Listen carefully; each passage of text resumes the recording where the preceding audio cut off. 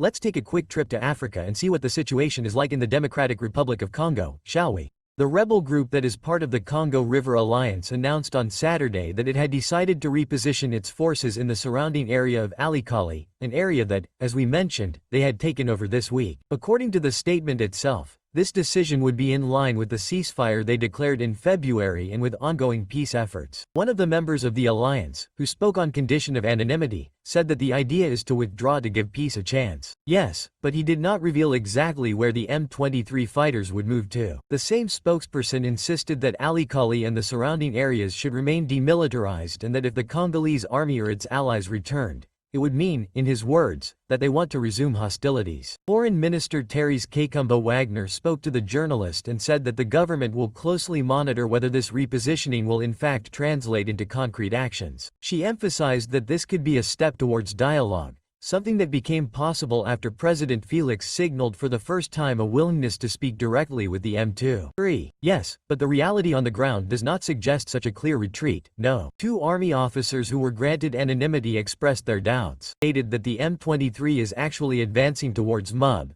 a nearby city, and that this repositioning would be just a tactical change, motivated, among other things, by logistical problems. The army and pro-government militias reportedly bombed Olikali airport and cut off rebel supply routes, which forced this move. An M23 officer reportedly told residents of Ali on Thursday that a small group of soldiers would remain in the city to ensure security, while the rest of the forces would head towards Kinshasa. This statement raises doubts about the group's real intentions, right? It's worth remembering that Alikali is the westernmost point reached by the M23 in this new offensive, which has already surpassed the limits of the largest cities in eastern Comoros since January. Taking this region ends up putting the rebels just 400 kilometers from Kazangan, the country's fourth largest city, which has an important port at the highest point of the Congo River, which is still navigable, about 1,500 kilometers from the swelling capital. The army and pro-government militias reportedly bombed Olikali airport and cut off rebel supply routes, which forced this